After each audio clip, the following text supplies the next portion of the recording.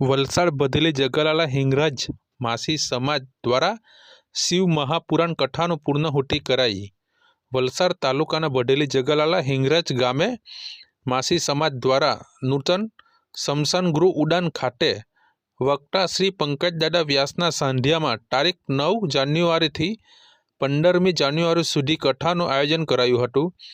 આ શિવ મહાપુરાણ કથામાં બધેલી જગલાલા હિંગરાજ અને આજુબાજુ કાંઠા વિસ્તારમાં મૃત્યુ પામેલા પૂર્વજોને મોક્ષ મળે એ હેતુસર કથાનું આયોજન કરવામાં આવ્યું હતું। આ કથા 7 દિવસ સુધી ચાલી હતી ને કથાનું રસપાન પંકજભાઈ વ્યાસ દ્વારા ગામજનોને કરાવવામાં આવ્યું હતું।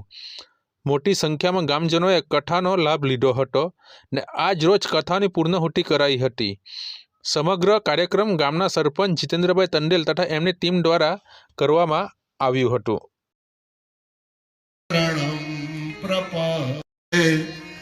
वसुधावकाशे ज्योतिर्मयं चंद्रकलावतंसम्। बोले 15 દિવસ તારો રોગ ઘટે ને 15 દિવસ વધે, 15 દિવસ ઘટે ને 15 દિવસ વધે। એ ત્યારથી ચંદ્ર એકમથી પૂનમ સુધી વૃદ્ધિ પામતો જાય અને પૂનમથી અમાસ સુધી પાછો ઘટતો। અને એ વખતે ચંદ્રએ કીધું કે મારા અક્ષય રોગને મટાડો, ક્ષય રોગમાંથી મને મુક્ત કરો। ભગવાન શંકરે કીધું ક્ષય રોગી થયો છે। ક્ષય રોગી એટલે મૃત્યુને કાંઠે, ક્ષય રોગ એટલે મરણની નજીક પહોંચી ગયો, શરીર સુકાવા લાગ્યું, ચામડા સુકાવા લાગ્યા। અને એ વખતે એને વિચાર કર્યો કે હવે આ ક્ષય રોગમાંથી મને કોણ બચાવે। ત્યારે એને મહાદેવનું આરાધન કરવા માટે બેસી ગયો ચંદ્ર અને એટલું કઠિન તપ કર્યું। ભગવાન શંકર પ્રગટ થઈ ગયા, પ્રસન્ન થઈ ગયા। રોહિણી નામની પત્ની સાથે વધારે લગાવ રાખ્યો, એના પર વધારે પ્રેમ કરે, વધારે આશા। हमारा माछी पंच हिंगराज माछी समाज पंच द्वारा आ शिव पुराण कथाનું આયોજન કર્યું છે અને તે છેલ્લા 7 દિવસથી ચાલી રહેલ છે।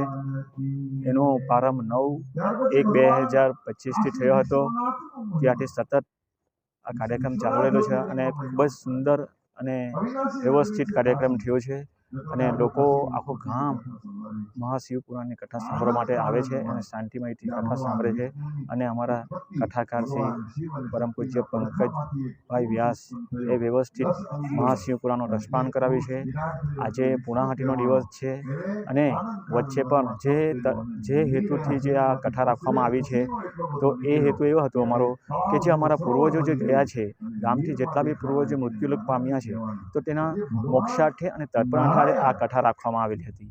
અને તે તર્પણાર્થે અમે 14 જાન્યુઆરીએ ગામના દરેક જે પિતરો ગયા છે તેના સ્વજનો, કુટુંબીઓ અહીંયા આવીને તર્પણ કર્યું છે, એક સાથે આખું તર્પણ કર્યું છે અને એ કાર્યક્રમ આબેહૂબ થયો છે। કદાચ આવો કાર્યક્રમ જે સ્મશાનુભવ શિવ પુરાણની કથા એ કદાચ અમારી જાણ પ્રમાણે તો પહેલી જ થઈ હોય એવું લાગે છે, કેમ કે મંદિરમાં અને બીજી જગ્યાએ તો કથા થતી હોય છે, પણ સ્મશાન ભૂમિ પર કથા તે બી શિવ પુરાણની તે અમારો એક જ હેતુ હતો કે જે આપણા પૂર્વજો ગયા છે એને શાંતિમય મોક્ષ મળે।